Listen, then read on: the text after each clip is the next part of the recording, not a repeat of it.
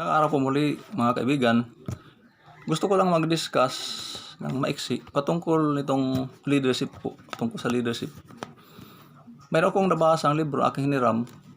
Ang kanyang title ay The 21 Indispensable Qualities of a Leader.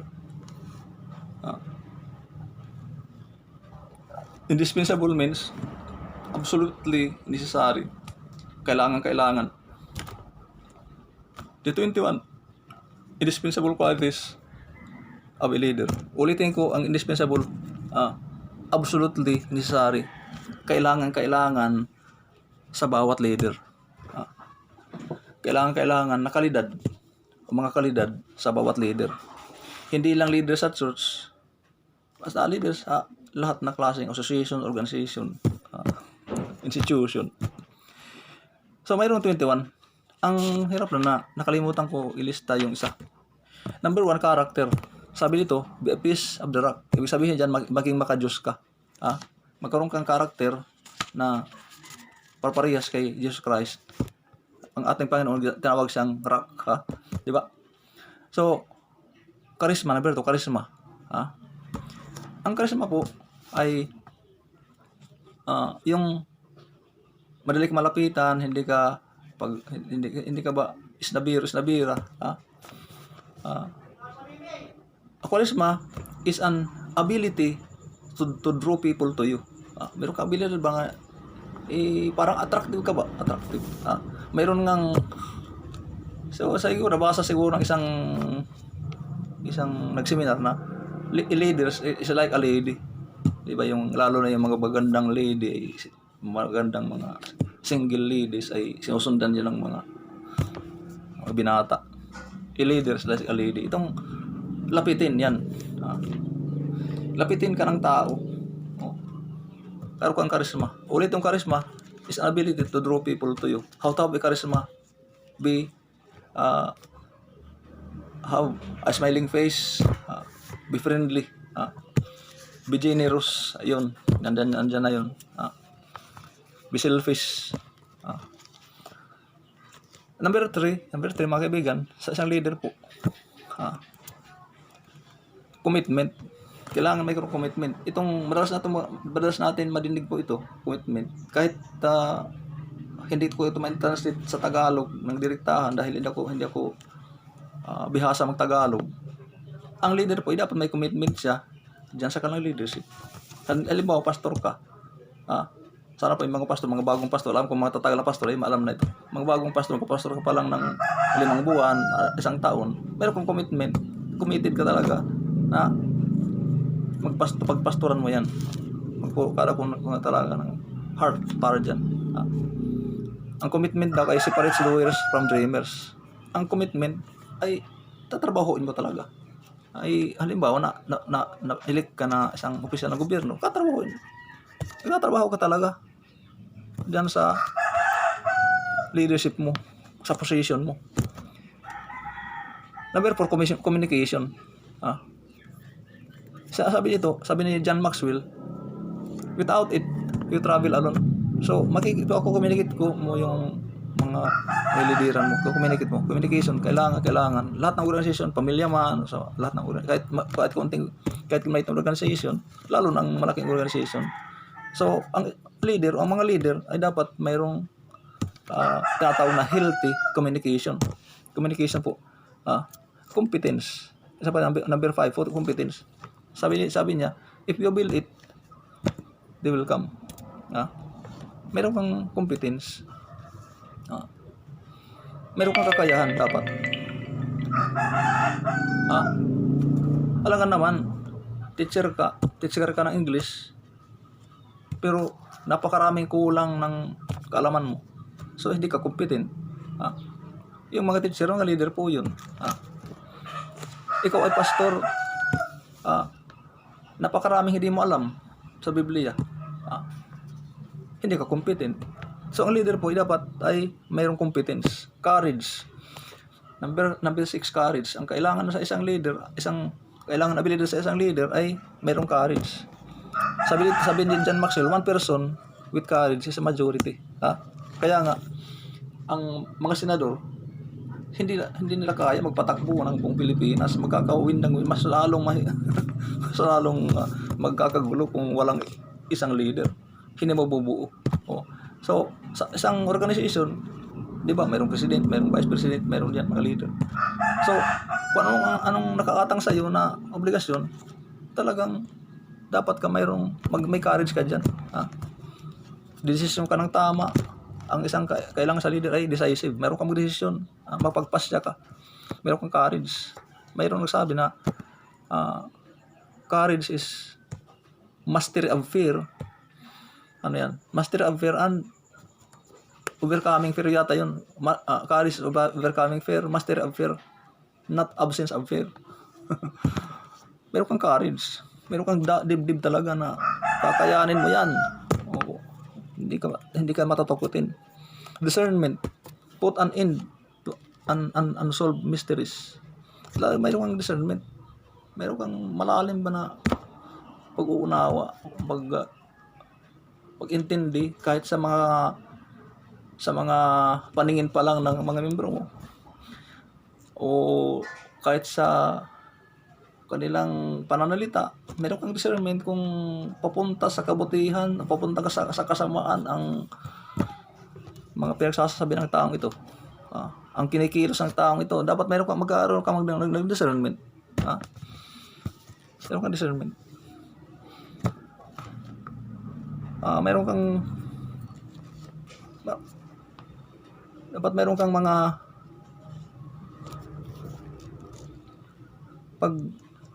malalim na mga di-discern. Na kasi ang leader po ay dapat unang leader nakakakita sa paparating na problema o paparating na kabutihan. Dapat ang unang leader makakakita, lalo na ang top leader po mga kaibigan. Dapat meron siyang malakas na discernment. Focus. Number 8, focus. Kailangan yung pagtutok. Sabi ni John Maxwell, desire where it is, desire where you are. Lahat na trabaho, lahat na leader dapat mayroon kang focus. Kung ikaw ay presidente, ikaw ay vice president, ikaw ay treasurer, ikaw ay secretary, mayroon kang focus dyan sa tinatrabaho.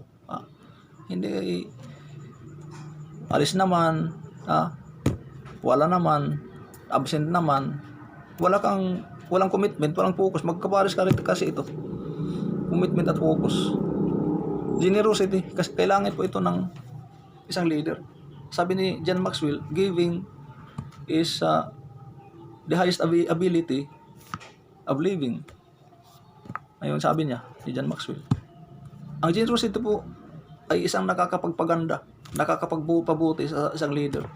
Kung ikaw ay madamot, ikaw ay kuripot, ikaw ay makasarili, hindi po yun lalago ang isang organization po. Hindi po yun pwede. Kasi kasalungat po ang paging makasarili sa ugali ng ating Panginoon.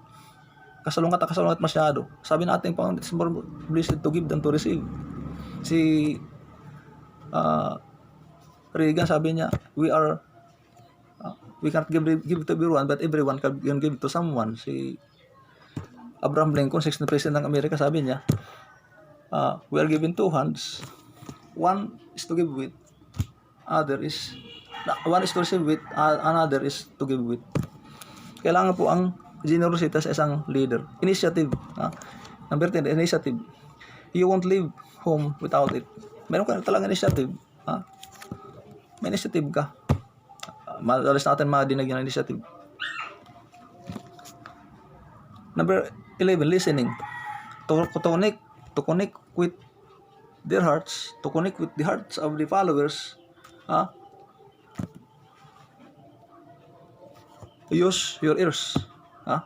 Kailangan gagamitin ang tainga, hindi lang bibig, sa pag-connect sa puso ng iba. Kung gusto mong pakinggan o alamin ang puso ng iba, gamit ka rin yung tainga. Yung pinagsasalita nila galing sa kanilang puso, ano kanilang mga daing, anong talaga ang nakakahirap sa kanila, ano talaga ang kailangan sa organisasyon. So, use your ears, sabi niya. Listening ay kailangan. Mayroong mga leader na nakikinig. Number 12, passion. Take this life and love it. Ha? Kukunin mo itong buhay at ibigin mo ito, ang passion, love. Ha? Dapat meron kang pag-ibig dyan, meron kang passion dyan sa trabaho mo, positive attitude. Ha? Dapat hindi negative thinker ang isang leader. Ang negative thinker, nakakagulo yan, nakakasira sa organisasyon, ay magka sundo ang mga tao na itanim tayo ng saging, ganito lang. Ay wag yan, ay madalas bumagyo. Pag-aaralin natin ang mga bata, wag na hindi na kailangan pag-aaral dahil hindi man nakakatrabaho yan. Ay puro negative ang kuan. Hindi kailangan po, hindi po dapat yung negative thinker sa isang leader, mga kaibigan. Problem solving. Siyempre, kung meron sa problema dyan, dapat bibigyan talaga ng solusyon.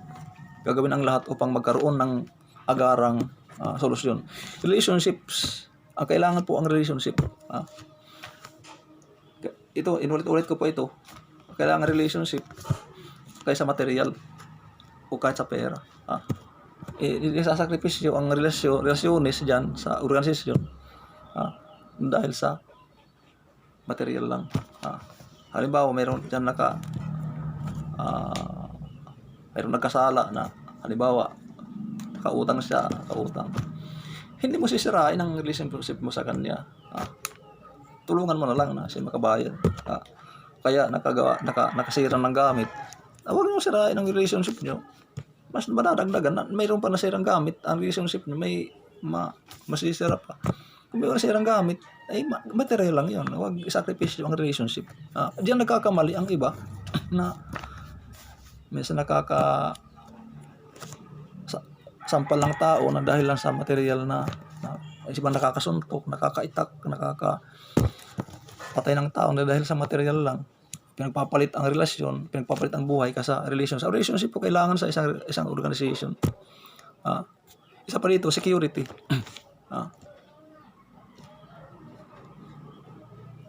Security po. Ang isang leader hindi kailangan maging insecure. So kaya nga, dapat siya mag-aral, dapat siya maraming alam. Kasi pag kunti lang alam niya, insecure siya. Isa pang ibig sabihin niya dito, parang security din sa mga followers, sa mga member ng organization. Dapat meron silang safety. Kailangan po yun. Isipin din yun ng isang leader na kailangan mayroong safety, mayroong security itong aking mga linilidiran. Yan po. Self-discipline. The first person you lead is you. Yun, mga kaibigan. Sa isang leader po, ay kailangan mayroong tinatawag na self-discipline. Ang unang ililidiran niya po, ang kanyang sarili, hindi bang tao. Pag hindi siya marunong mag-lead sa kanyang sarili, pag hindi siya marunong mag-leader sa kanyang sarili, hindi siya makaka-leader sa ibang tao. Kung wala siyang respeto sa kanyang sarili, paano siya respeto ng tao? Wala siyang tiwala sa kanyang sarili, paano siya pagkakatiwalaan ng mga tao? Mga kaibigan yun, self-discipline. Dapat disiplinado ka. Kung anong sinasalita mo, dapat kasabay yung kinikilos mo. Number 19. Sabi dito, servanthood. Dapat ang leader mayroong servant heart. Hindi ka magsisino-sino dyan. Ay gawin mo na servant ka. Kasi ang ating Panginoon po, siya ang ating perfectong huwaran. Siya ang naging servant. Dapat mayroong servant heart. Hindi diktador.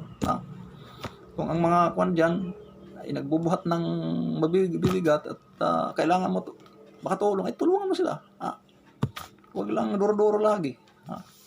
Dapat may action. Kaya nga, leadership is action, not a position. Yung nakakalungkot, ang iba naging leader ay position lang ang kanilang tinanggap, walang action. Ito, lahat po itong klaseng leadership, pati itong mga government official po, ay may makakadigi po nito. Lahat po itong, kasi itong leadership, itong book na nabasa ko talaga, The 21 Indispensable Qualities of a Leader, talagang masyadong epektibo po ito. So, isa pa po. Ito pa. Maliban lang sa servanthood, maliban sa self-discipline, maliban lang sa mga binigkasong iba,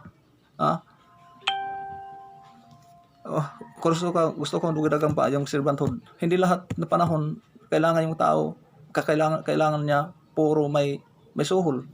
Kaya ngayong mga bata, mayroon kayong mga bata, huwag pa sanayin na susunod lang sa utos na mayroong suhol. Hindi po yan. Hindi magiging maganda pagkataon yan.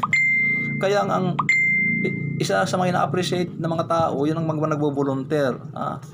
Nagbo-volunteer. Lalo na sa ating panahon ng pandemic, mayroong nag-volunteer sa mga pagbalot ng mga relief. Yung mayroong mga servant heart, mga kaibigan. So, kailangan po yan ng isang leader na mayroong pang servant heart. Po. Isa pa dito, teachability. To keep leading, keep learning. Kailangan ang isang leader ay nagpapatuloy siya, nagpapaturo. Hindi porke nakatapos siya ng isang kurso, 2 kurso, 3 kurso, mayroon siyang masteral, mayroon siyang doctorate, na hindi siya magpapaturo, hindi siya makikinig sa mga experience ng iba. Magpapaturo ka pa rin, mayroon ka pa rin dapat teachable heart. Yun ang leadership, mga kaibigan. Kasi hindi natin na-experiencehan ang mga pangyayari sa kalibutan, hindi natin experiencehan. Yung experience ng iba, di ba sabi na experience is the best teacher? Not only your own experience, but also the experience of others. The experiences of others are also best teachers. Paging teachable. Kasi mayroong mga leader hindi teachable porque may natapos na. Nakatutok na lang sila, hindi nakikinig sa iba, hindi na kukuha ng mga ibang knowledge. Yun ang mga pride. Number 21, vision. Sa isang leader dapat ay visionary. Kaya ang mga organization, mayroong yan mission at vision. Sabi ni Apostle Paul dyan sa Acts 26 sa verse 19 yata yun. Sabi ni Apostle Paul kay King Agrippa, I was not disobedient to the heavenly vision. Mayroong doon sa Old Testament, may people perish because of lack of vision. Ganun ba? Nakakasira sa isang leader kung wala kang vision. Dapat habang naglilid ka sa isang organization, alam mo yung vision mo, nakikita mo yung patutunguhan ng organisasyon na yan. Mayroon kang vision. At ulitin ko, ang leadership po ay action. Leadership is action. Leadership is influence. Leadership is getting the job done. Dapat nagawa na ang dapat trabahuin. Kasi kung leader ka, ang dapat trabahuin hindi nagagawa, ay hindi ka tunay na leader. Wala kang power na magsalita sa iyong mga followers. So pag leader ka, dapat mayroon ka nito. Hindi ko na kuha ng isa, hindi ko na ilista yung isa. May isang kulang dito. Ang libro na yan ay na kinunan ko nito ay hindi yung akin, hiniram ko lang. Ako ay humihiram. Pag ako humihiram, isinasauli ko. Para sa mga leader, kung ikaw leader ay dapat humiram ka isang gamit, isauli mo kung hiniram. Kung binigay sa iyo, hilingi mo at nakasundo kayo na sa iyo na, huwag mo isauli, nakasundo kayo na sa iyo na. Pero kung hiniram ka lang po, napakagandang libro na yun. Medyo may kamahalan sa Christian bookstore. Nang una kong pagpunta doon, bibili sana ako, pero hindi nagkasya ang aking pera. Tapos pagbalik ko doon, wala namang stock. Napakagandang libro po. Hindi lang po pang spiritual na klaseng libro, hindi lang pang spiritual leadership, puro pang kalahatan. Lahat na klaseng organization, mga kaibigan. So, dito lang po. Magandang araw muli. God bless you all.